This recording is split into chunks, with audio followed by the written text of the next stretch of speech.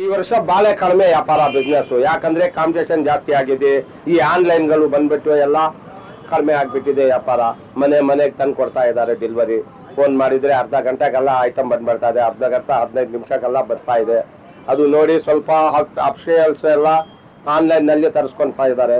ಅದರಿಂದ ನಮ್ಮ ವ್ಯಾಪಾರ ಸ್ವಲ್ಪ ಕಡಿಮೆ ಆಗಿದೆ. ತುಂಬಾ ತೊಂದರೆ ಆಗಿದೆ ಸರ್.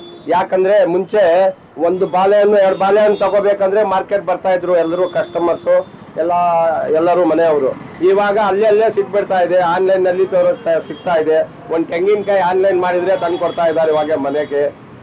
ಈ ತರ ಎಲ್ಲ ಪ್ರಾಬ್ಲಮ್ ಆಗಿ ಬಿಸ್ನೆಸ್ ತುಂಬಾ ಏಟಾಗಿದೆ ಸರ್. ಆನ್ಲೈನ್ ತಗೊಂಡ್ರೆ ರೇಟ್ ಜಾಸ್ತಿ ಇರುತ್ತಲ್ಲ ಅವ್ರಿಗೆ? ಇರುತ್ತೆ, ಬಟ್ ಸೇಫ್ಟಿ ಇರುತ್ತಲ್ಲ. ಅಪಾರ್ಟ್ಮೆಂಟ್ ಇಂದ ಕೆಳಗಡೆಕ್ಕೆ ಬರೋಕೆ ಏನಿಲ್ಲ, ಅವರು ಇವರೇ ಹೋಗಿ ಮನೆಯಲ್ಲೇ ಕೊಡ್ತಾ ಇದ್ದಾರೆ ಡೋರ್ ಡೆಲಿವರಿ. ಅದರಿಂದ ಸೌಕರ್ಯ ನೋಡ್ತಾ ಇದ್ದಾರೆ, ಕ್ವಾಲಿಟಿ ನೋಡ್ತಾ ಇದ್ದಾರೆ. ಅದರಿಂದ ಬಿಸ್ನೆಸ್ ಕಡಿಮೆ ಆಗ್ಬಿಟ್ಟಿದೆ ಸರ್.